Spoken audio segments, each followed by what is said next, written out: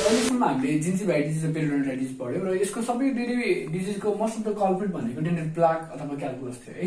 क्यालकुलसको बारेमा पछि डिस्कस गर्छौँ। अहिले हामी डेन्टल प्लाकको बारेमा हेर्छौँ। डेन्टल प्लाक के हो भन्दाखेरि एउटा स्ट्यान्डर्ड डब्ल्युएचओको डेफिनेसन छ। यो बुझ्यो भने लगभग सबै कुराहरू आइडिया क्लियर हुन्छ है। अब यो डेन्टल प्लाक भनेको अलिकति स्पेसिफिक खालको एउटा एग्रिगेट है, एउटा स्ट्रक्चरल एन्टिटी हो। अनि स्पेसिफिक भनेर सर्टेन माइक्रो अर्गानिजमहरू मात्रै बनाएको हुन्छ। अनि त्यसपछि हाइली भेरिएबल भनेको तर डिफ्रेन्ट फर्ममा पाउन सक्छ है। त्यो चाहिँ बेसिकली बनेको चाहिँ 70 to 90% चाहिँ केले गर्दा हो, माइक्रो अर्गानिजमको एउटा कम्युनिटी अथवा कोलोनीले गर्दा बनेको है। अनि यसमा चाहिँ यो कहाँ बन्छ त भन्दाखेरि अब हार्ड सर्फेसहरूमा बन्छ। अब यो भनेको टुथ सर्फेस हुन सक्छ, रेस्टोरेसन हुन सक्छ र अरू कुनै पनि ओरल क्याभिटी हुन सक्छ। क्याभिटीको पोर्सनमा पनि डेन्टल प्लाक चाहिँ एकुमुलेट हुन चाहिँ सक्छ। र यसमा बेसिक कम्पोनेन्ट चाहिँ के हो त भन्दाखेरि मेन त माइक्रो अर्गानिजम भइहाल्यो, प्लस यसमा चाहिँ हाम्रो निक्लिएर गइसकेको डिस्कम्बिनेट भएको एपिथेलियल सेल्सहरू हुनसक्छ, अथवा हाम्रो स्लाइभाको म्युसिन कन्टेन्ट हुनसक्छ, अथवा हामीले रिसेन्टली खाएको कुनै पनि फुडको रिमेनिङ डेब्रिजहरू सबै एउटा म्याट्रिक्समा चाहिँ एउटा इम्बेडेड भएर एउटा अर्गनाइज स्ट्रक्चर बन्यो भने त्यो चाहिँ डेन्टल प्लाक हो है। अब डेन्टल प्लाक फर्मेसन हुने पनि एउटा 3टा स्टेप्सहरू छ। एउटा नम्बर 1 भनेको फर्मेसन अफ पेलिकल। यो पेलिकल भनेको यसमा कुनै पनि माइक्रो अर्गानिजम आइसकेको छैन। पेलिकल भनेको एउटा डेन्टल जुन अब टिथ सर्फेसहरूमा हुन्छ, टिथ सर्फेसहरूमा स्लाइभा आउँछ। स्लाइभाको ग्लाइकोप्रोटिनहरू चाहिँ आएर टिथको हाइड्रोक्सी अपरेटेड क्रिस्टल्समा गएर एटाच हुन्छ। त्यसपछि एउटा सुरुमा पेलिकल भन्यो है। पेलिकल भनेको सामान्य एउटा लेयर जस्तो मात्रै, एउटा वाटरको लेयर जस्तो मात्रै भनौँ, जुन चाहिँ प्रोटिनहरूले ग्लाइकोप्रोटिन्सहरूले चाहिँ बनाएको छ।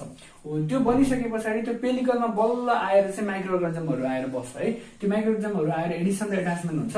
त्यो भनेको भ्यान्डरवाल फोर्सेसहरू, अर्को हाइड्रोजन बोन्डहरू यिनीहरूको थ्रुबाट अथवा कोभालेन्ट बोन्डको थ्रुबाट चाहिँ तिनीहरू एटाच हुन्छ। र यसरी एटाच भइसके पछाडि अनि फर्दर चाहिँ यिनीहरूको कोलोनी बल्ल अब यिनीहरूले डेभलप गर्न थाल्छ। कोलोनी डेभलप गर्दाखेरि चाहिँ त्यसलाई हामीले प्लाक म्याचुरेसन पनि भन्छौँ। यिनीहरूले अब ग्राम पोजिटिभ अर्गानिजम र नेगेटिभ अर्गानिजमको इन्टरेक्सनबाट यिनीहरूको bacterial cell to cell communication गरेर यिनीहरू इभेन्चुअली म्याच्योर भएर जान्छ अथवा अझ लार्जर कम्युनिटी बिल्डअप गर्छ। यसरी ओभरअल 3 स्टेपमा पहिलासम्म पेलिकल बन्ने भयो, अनि एटाचमेन्ट अथवा एडिसन हुने भयो र पछि बल्ल म्याचुरेसन भयो। 3 स्टेपमा चाहिँ प्लाकको फर्मेसन हुन्छ। प्लाकलाई चाहिँ क्लासिफाई गर्छौँ है। अब यो चाहिँ टुथको क्राउन स्ट्रक्चर भयो, यो चाहिँ टुथको रुट स्ट्रक्चर भयो। अब टुथको क्राउन स्ट्रक्चरमा हुने प्लाकलाई चाहिँ हामीले सुप्राजिन्जाइबल प्लाक भन्छौँ भने, क्राउन स्ट्रक्चर अथवा रुट स्ट्रक्चरमा अथवा यो जुन सिजे भन्छौँ, सिजे भन्दा तलपट्टि भएकोलाई चाहिँ हामी सबजिन्जाइबल अथवा जिन्जाइबल भन्दा तलपट्टिको लेभलमा भन्दा चाहिँ सबजिन्जाइबल भनेर मेन 2 क्याटेगोरिज भयो है। अब यो 2 क्याटेगोरिजमा पनि फर्दर चाहिँ हामीले यसलाई चाहिँ कोरोनल, मार्जिनल र फिसरल भनेको छौँ। क्राउन पोस्टमा पनि यदि चाहिँ यो क्राउन एरियामा यतापट्टि लेबियल लिङ्गल सर्फेसहरूमा छ भने त्यसलाई कोरोनल भन्यौँ। अब यसको जुन अब जिन्जाइबल बस्ने ठ्याक्कै यसैको जिन्जाइबलको एडजेसन छ भने त्यसलाई मार्जिनल भन्यौँ। र अर्को फिसरल भनेको एक क्राउनलाई माथिपट्टिबाट हेर्दाखेरि चाहिँ यो चाहिँ फिसर्स एरियाहरू हुन्छ यस्तो यस्तो हो। यो खाल्डो खुल्डोहरूमा चाहिँ यदि प्लाक जमेको छ भने त्यसलाई हामीले फिट एन्ड पिट्स एन्ड फिसरहरूमा भएकोलाई फिसरहरू भन्छौँ है। अब त्यस्तै गरेर सब जिन्जाइबल प्लाक भयो। सब जिन्जाइबल प्लाक भनेको अब यो चाहिँ जिन्जाइबल यसरी एटाच भएर बसेको हुन्छ। अनि यसमा चाहिँ टुथ एसोसिएट भनेको यो यतापट्टि टुथतिर एटाच भएकोहरूलाई टुथ एसोसिएट भयो। अनएटाच भनेको यहाँ फ्रीली यतिकै रोमिङ गरिरहेकोहरूलाई चाहिँ अनएटाच भयो भने, टिस्यु एटाच भनेको यतापट्टिको सफ्ट टिस्युमा एटाच भएकोलाई चाहिँ टिस्यु एटाच भन्नु पर्ने। र अब हामी प्लाकको कम्पोजिसन बारेमा पढ्छौँ है। अब मोस्ट अफ द पार्ट भनेको माइक्रो अर्गानिजम नै हो, 70 to 90%। बाँकी अब 10 to 30% कम्पोजिसन भनेको अब अर्गानिक र इनअर्गानिक गरेर हामीले चाहिँ डिभाइड गर्न सक्छौँ। अर्गानिक भनेको पोलिसेकेराइड्सहरू 30% अराउन्ड हुन्छ, प्रोटिन पनि 30% अराउन्ड हुन्छ, लिपिड 15% हुन्छ भने बाँकी अदर्स भनेको फुड डेब्रिजहरू हुन सक्छ है। त्यस्तै गरेर इनअर्गानिक पर्सनमा अब मिनरल्सहरू चाहिँ के छ, क्याल्सियम छ, सोडियम छ, फस्फोरस छ, पोटासियम छ, फ्लोराइड छ है। अब यो पनि अब स्लाइभाबाट डिराइभ पनि हुनसक्छ, जिसिएफबाट पनि डिराइभ हुनसक्छ। स्लाइभा भनेको बाहिरै हाम्रो चाहिँ स्लाइभरी ग्ल्यान्डको जुन ओपनिङ डक्टबाट आउने भनेको स्लाइभरी भयो।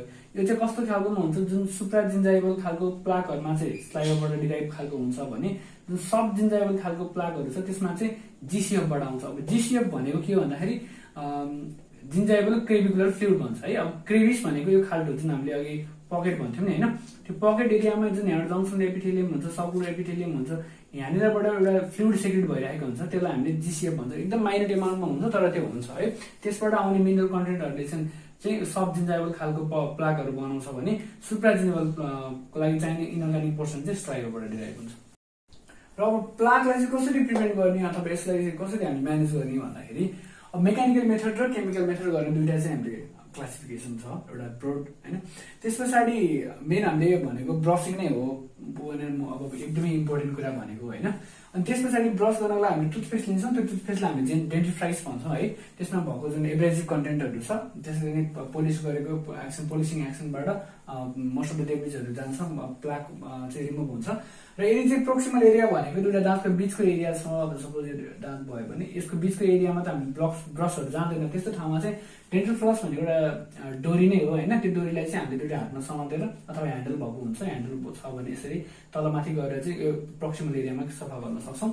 त्यस्तै गरी इन्टरडेन्टल ब्रस भन्ने हुन्छ। इन्टरडेन्टल ब्रस भनेको अब कसैको दाँतहरू चाहिँ यस्तो खालको हुन्छ, यस्तो खालको हुन्छ, यहाँ चाहिँ ग्याप हुन्छ कि त्यो ग्याप भएको ठाउँमा त ब्रस पुग्दैन हो, त्यसमा चाहिँ हामीले एउटा यस्तो यल सेपको चाहिँ ब्रस हुन्छ, त्यो ब्रस चाहिँ भित्र छिराएर चाहिँ सफा गर्न सक्छौँ।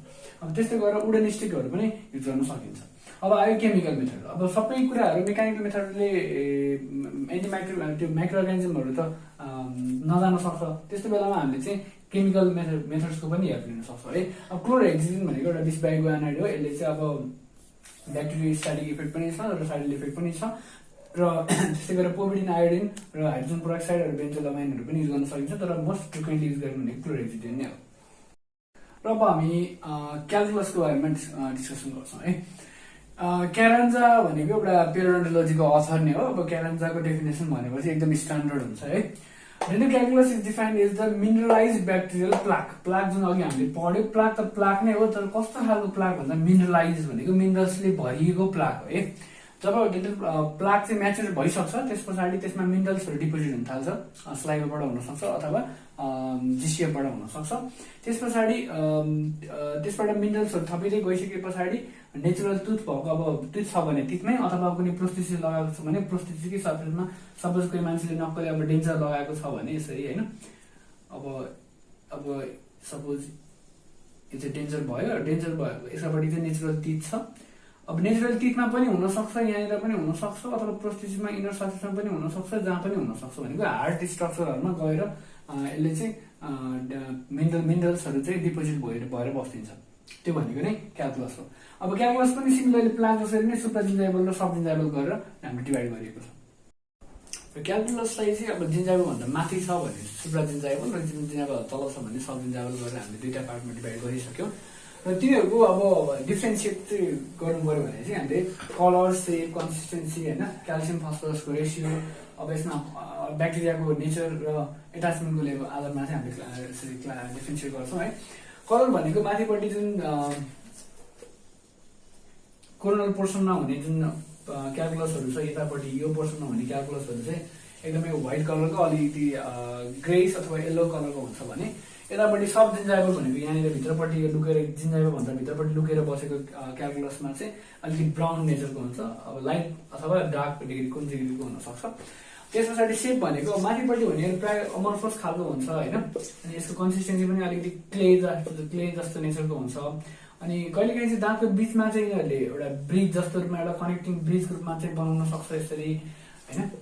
भने अब सबजिन्जाइबल क्यालकुलस चाहिँ अलिकति यसको सर्फेस जस्तो स्मुथ छ, त्यस्तै स्मुथ खालको फ्ल्याटन भएर बसिरहेको हुनसक्छ। कहिलेकाहीँ चाहिँ क्रस्टी अथवा नोड्युल्सहरू सानसानो डल्लोहरूको फर्ममा पनि पाइन सकिन्छ है।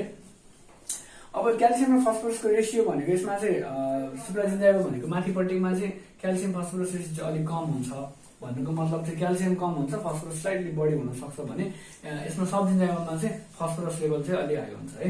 अब कम्पोनेन्ट्स भनेको माथिपट्टि अब यहाँबाट यो क्राउन पोर्सनमा चाहिँ अलिकति एरोबिक अर्गानिजम बढी हुन्छ, किनभने डाइरेक्ट अब अक्सिजनको चाहिँ सेचुरेसन बढी हुनसक्छ भने यो तलपट्टि जिन्जाइबल ढाकेको हुन्छ, यहाँ चाहिँ अक्सिजनको सेचुरेसन कम भएको हुन्छ, जसले गर्दा यहाँ चाहिँ एनारोबिक खालको अर्गानिजमहरू बढी पाउँछ।